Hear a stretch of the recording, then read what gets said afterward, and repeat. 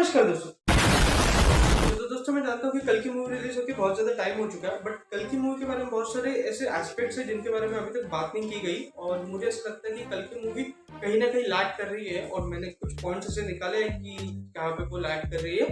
तो मुझे ऐसा लगता है कि कल की मूवी के बारे में बात करना थोड़ा ज़रूरी है क्योंकि लोगों को पसंद आई मूवी, लेकिन वो किस एस्पेक्ट्स में पसंद आई ये भी मुझे समझ में आ रहा है। उन एस्पेक्ट्स के बारे में मुझे बात करना थोड़ा नेसेसरी फील हो रहा है क्योंकि इतने देर बाद भी अगर मैं वीडियो बना रहा हूँ तो वो एस्पेक्ट शायद मुझे ऐसा लगता है कि नेसेसरी है। तो उन एस्पेक्ट्स के बारे में इस कंप्लीट वीडियो में बात करने वाला हूँ। अगर आप प्रभास के डायरेक्ट फैन हो तो वीडियो को अभी स्किप कर दो।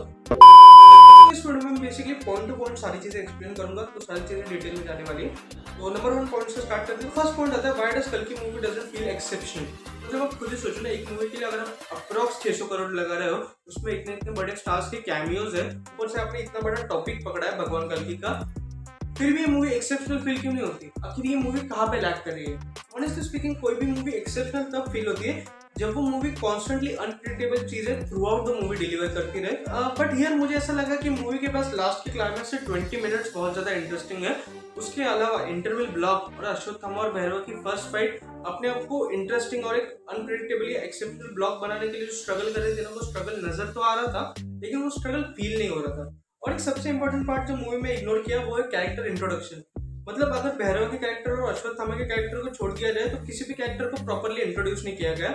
या फिर कि कॉम्प्लेक्स के गार्डियंस को नहीं इंट्रोड्यूस किया, दीपिका के कैरेक्टर को प्रॉपर्ली इंट्रोड्यूस नहीं किया गया, अंबाला में रहने वाले लोगों को तो प्रॉपर्ली इंट्रोड्यूस नहीं किया गया। मतलब कैरेक्टर इंट्रोडक्शन बिल्कुल नहीं था मूवी में। मतलब इट वाज लाइक समझो हमने पोस्टर्स में नाम रिवील कर दिया, अब आपको अपने हिसाब से बस समझना है। लेकिन इसी चीज की वजह से ऑडियंस के कैरेक्टर्स के साथ रिलेवेंट होना थोड़ा मिसिंग हो गया क्योंकि ऑडियंस कनेक्ट ही नहीं कर पाए क्योंकि जानती ही नहीं है कैरेक्टर्स को प्रॉपर्ली, तो वो कनेक्शन मिसिंग हो गया वहां पे।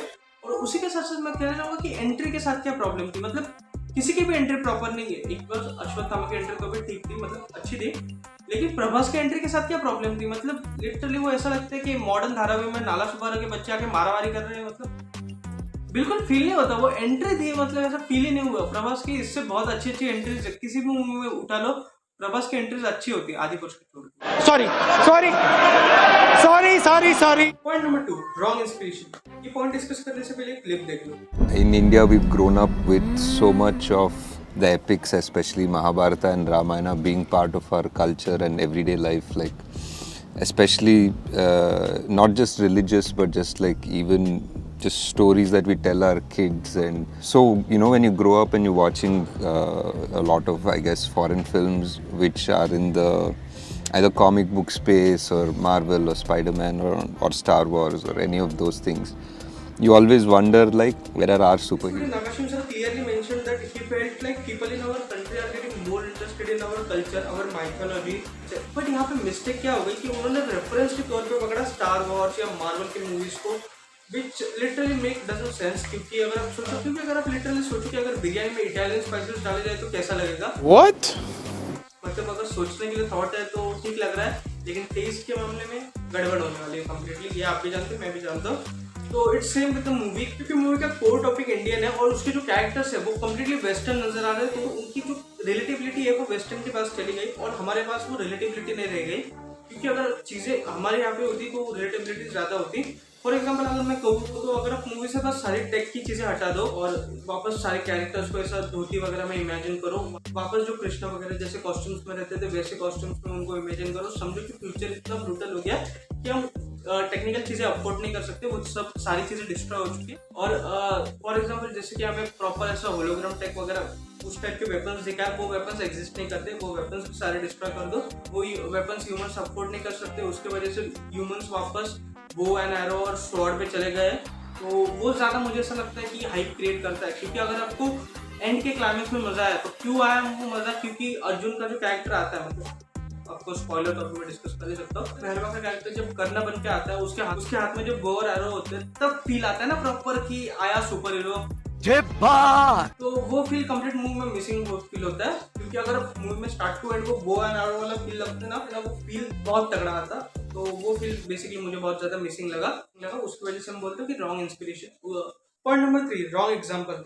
मतलब मुझे ऐसा लगता है कि लास्ट ईयर में आई आदि पुरुष मूवी ने कंप्लीट इंडस्ट्री पे कोविड जैसा इम्पैक्ट छोड़ा। मतलब कोई भी मूवी हो उसको आदि पुरुष के साथ कंपेयर किया जाता है, बस मूवी आदि पुरुष से बेटर बना, बाकी ऑडियंस देख लेगी। सेम विद ऑडियंस कि भाई आदि पुरुष जितनी बुरी तो नहीं है ना, which is literally wrong thing.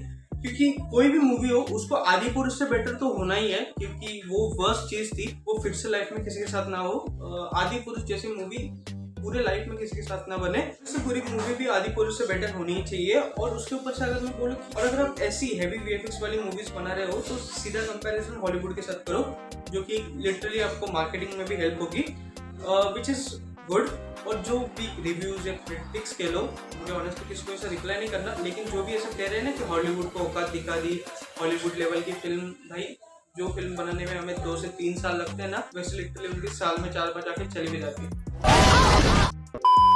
Number 4, unnecessary cameos. मुझे ऐसा लगता है कि मूवी में जितने भी कैमियोज है वो कम्प्लीटली वेस्ट है। ऐसा मैं क्यों कह रहा हूँ, क्योंकि आप लॉजिकली सोचो कि मूवी में कोई भी कैमियो होता है, उसकी कोई भी एंट्री फील नहीं होती, उसका कोई पर्सनलाइज बीजीएम नहीं है, उसके एंट्री को किसी तरीके से प्लान नहीं किया गया, वो फील ही नहीं होता। वो सारे कैमियोज बस आते हैं और चले जाते हैं, उनकी एंट्री फील नहीं होती, उनकी एग्जिस्टेंस फील नहीं होती, they are literally just waste. और अगर ऑनेस्टली बोलूँ तो विजय सर का कैमियो तो फिर भी एक बार ठीक है, मगर एस राजामौली सर का कैमियो, राम गोपाल वर्मा सर का कैमियो, दुलकर सलमान का कैमियो, मृणाल ठाकुर मैम का कैमियो, ब्रह्मानंद सर का कैमियो, वो लिटरली वेस्ट है, क्योंकि वो बस स्क्रीन पे आए और चले गए, उनका प्रॉपर स्क्रीन टाइम भी नहीं था या उनका कुछ कैरेक्टर इंपॉर्टेंस भी नहीं था। और अगर आपका ऐसा मानना है कि उनकी आगे जाके एक स्पिन ऑफ फिल्म बनेंगे और उसमें उनको इंपॉर्टेंस मिलेगा, तो उनको इंपॉर्टेंस को स्पिन ऑफ फिल्म में ही देना चाहिए था। अभी उनको बैक शॉट से वगैरह दिखाते, जैसे कृष्ण को कम्प्लीटली हिडन रखा गया है, वैसे इनको भी कम्प्लीटली हिडन रख देते, मतलब बैक शॉट वगैरह दिखाना, ऑडियंस को गेस करने दो ना कि यार ये वो है, थोड़ा एक सेंस ऑफ इंटरेस्ट क्रिएट करती है अगले फिल्म्स के लिए। मुझे ऐसा पर्सनली फील होता है कि वो कैमियोज सारे वेस्ट है, जिनको नहीं होना चाहिए था। उनके अलावा लिटरली कोई भी कैरेक्टर होता, कोई भी न्यू एक्टर होता ना, तो उसको एक ब्रेक भी मिल जाता और उनका करियर भी बन जाता।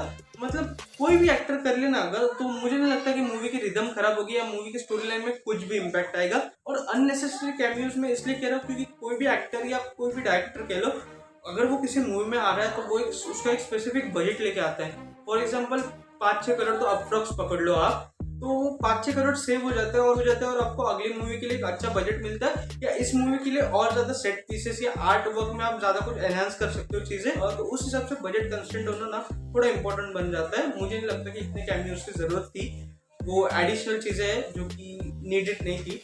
इसलिए मैं कहता हूँ कि मूवी में अगर लिमिटेड कैमियोज और प्लान्ड कैमियोज हो ना तो मूवी बहुत अच्छी बनती है। Point number 5, character application. अगर आपने मूवी देखी है तो ऑनेस्टली बताना कि मूवी में जो प्रभास का कैरेक्टर है भैरवा, वो 90% टोनी स्टार्क जैसा लगता है। मतलब उसको टोनी स्टार्क जैसा बिल्ड किया गया है। वो थोड़ा सा हंसी मजाक से जोक क्रैक करने की कोशिश करता है, वो जोक क्रैक नहीं होते, वो अलग चीज है। तो अदर हैंड ब्रह्मानंद का जो कैरेक्टर है वो थोड़ा सा हैप्पी के कैरेक्टर के साथ रेप्लिकेट करता है, ऐसा भी मुझे लगा। उसके अलावा जो एस राजामौली सर का कैरेक्टर है, जो अपने मेन कैरेक्टर को थोड़ा सा टॉर्चर करने के लिए रखा जाता है, वो ना जाने हॉलीवुड के आपने कितने मूवीज में देखा होता, मिनिमम 10 मूवीज में तो आपने वो कैरेक्टर देखा ही होगा अगर आपने हॉलीवुड की एक्शन मूवीज देखते हो। तो मुझे ऐसा लगता है कि कैरेक्टर एप्लीकेशन बहुत किया गया है, और मुझे ऐसा मानना है कि मेरी कोई प्रॉब्लम नहीं है कैरेक्टर एप्लीकेशन के साथ, बहुत ज़्यादा मूवीज में होता है और कोई उसके साथ इशू नहीं है।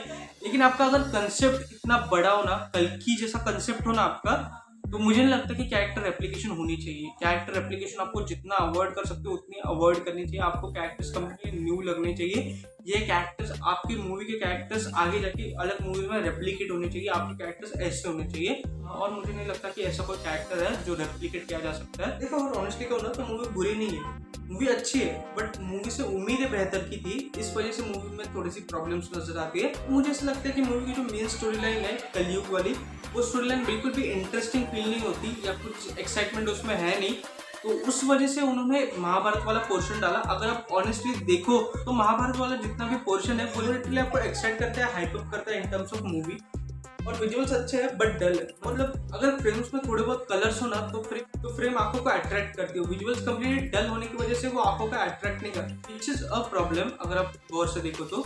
मूवी के बारे में मैं कंप्लीट नेगेटिव भी नहीं हूँ। मूवी की 2 चीजें जो मुझे पसंद है, एक बार अमिताभ बच्चन, मतलब जो उनका 90s का दौर था, जो हमने सुना था कि 90s में अमिताभ बच्चन का कंप्लीट दौर था, शहंशाह, दीवार, डॉन, जो complete larger than life characters थे अमिताभ बच्चन सर के, और जिन्होंने उनको स्टार बनाया, जिनकी वजह से वो दी अमिताभ बच्चन कहलाते हैं, वो चीजें लिटरली स्क्रीन पे उन्हें देखते हुए फील होती है। Why he is called the Amitabh Bachchan. And thing I liked about the movie was Kamal Haasan sir. इस एज में भी जो कैरेक्टर्स के वेरिएशन वो दिखा रहे हैं ना, लिटरली मतलब विक्रम हो गया, इंडियन 2 हो गया, कल्कि हो गया, वास्ट वेरिएशन ऑफ कैरेक्टर्स वो दिखा रहे हैं इस एज में भी।